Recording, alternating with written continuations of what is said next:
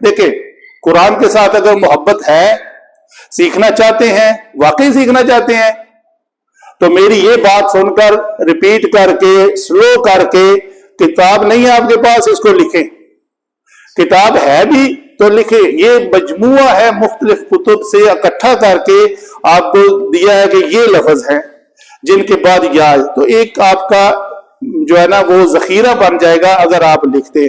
ہمارے کچھ ہیں اسٹوڈنٹ جو لکھ کر اس طرح کی چیزیں وہ ہمیں واپس واٹس ایپ کرتے ہیں، سر میں نے یہ لکھا ہے، اس کو پلیز دیکھیں کوئی غلطی تو نہیں ہے۔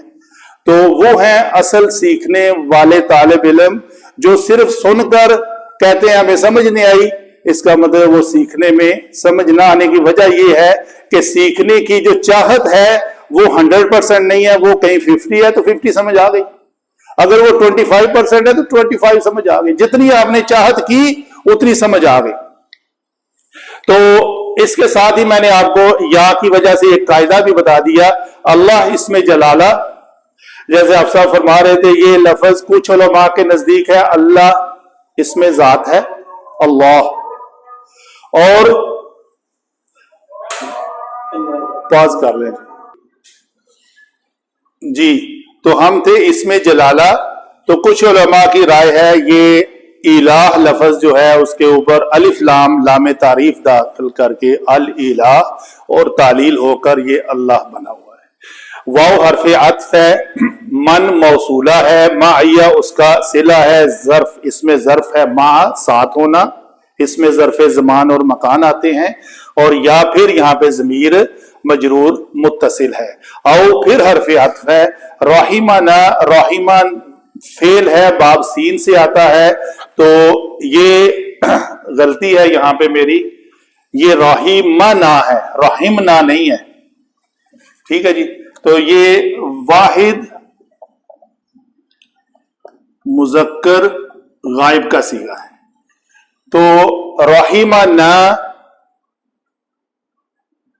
نا جو ہے یہ ضمیر منصوب متصل ہے، فا تعلیلیہ ہے، اس کو کہتے ہیں جملہ معللہ، ایسا کلمہ جس میں کوئی حرف تعلیل آ جائے تو اس کا بعد والا جملہ ماقبل جملے کا سبب ہوتا ہے، تعلیل سبب کو بھی کہتے ہیں، علت۔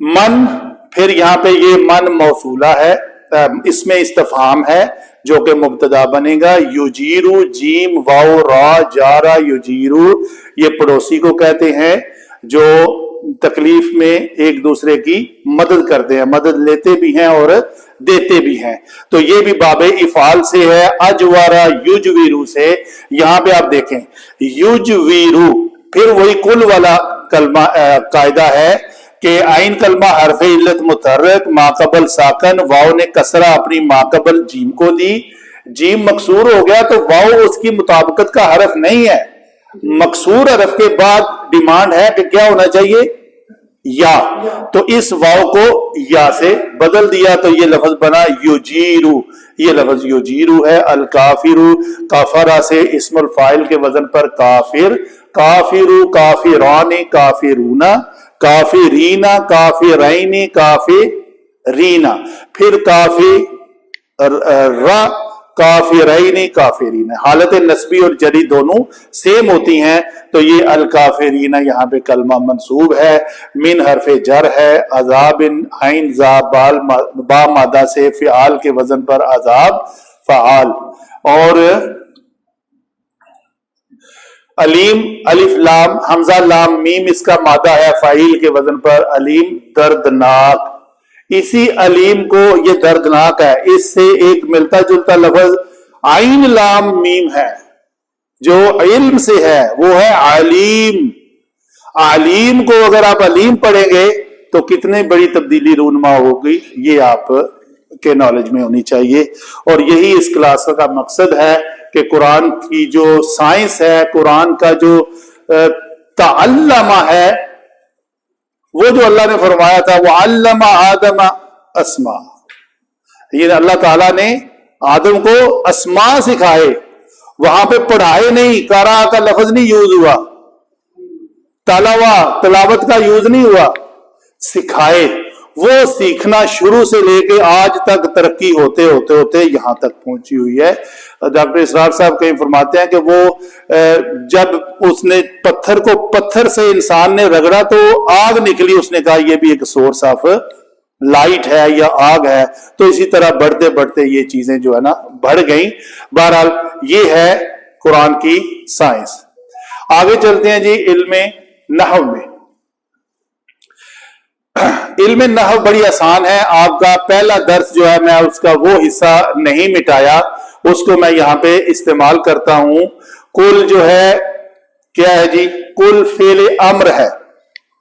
میں آپ کو ہمیشہ بتاتا ہوں کہ ہر فعل کے اندر ایک ضمیر ہوتی ہے, چاہے وہ مستتر ہو چاہے وہ بارز ہو.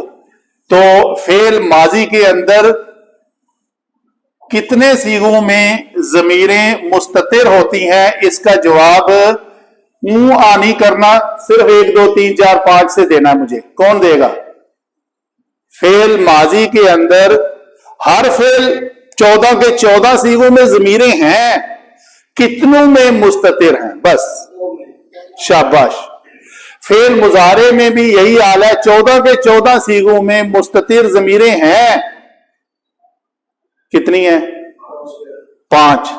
فعل امر حاضر کے 6 صیغوں میں ضمائر مستتر ہیں. کتنی ہیں؟ ٹھیک 1.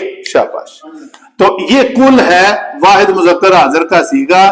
اس کے اندر ایک ضمیر ہے جی چھپی ہوئی مستتر, جس کو ہم کہتے ہیں انت.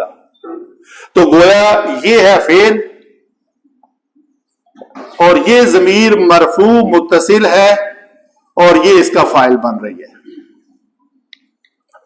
استفہامی استفہام کی بات ہو رہی ہے. رأیتم تم نے دیکھا, دیکھنے کے معنی میں آتا ہے لیکن غور کرنے دل کی بصیرت کی آنکھ سے دیکھنا مراد ہوتا ہے. جیسے الم تری کیف فعل ربک باصحاب الفیل. اسی طرح کیا تم نے کبھی غور کیا اس بات پر؟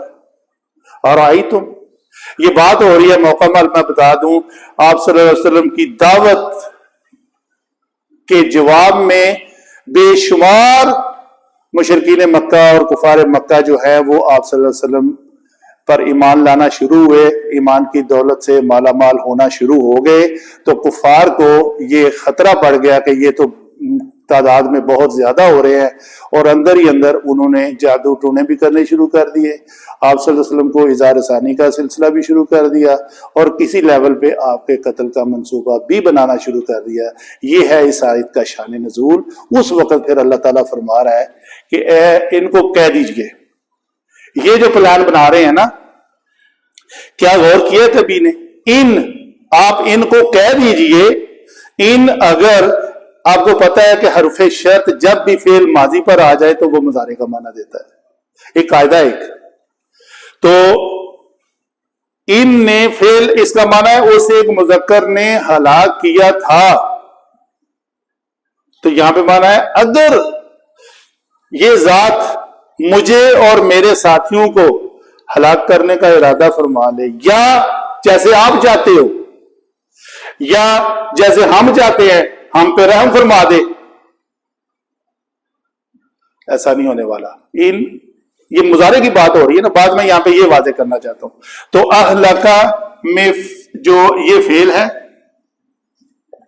اور یہ یا ضمیر کو ہم نے کہا تھا یہ منصوب ہے. کیوں منصوب ہے؟ فعل کے بعد آئی ہے. تو اللہ اس میں جلالہ کیا ہے جی؟ منصوب ہے, مرفوع ہے یا مجرور ہے؟ مرفوع. تو یہ مرفوع ہو کر فاعل بنا اور یہ منصوب ہو کر مفعول بھی بنا.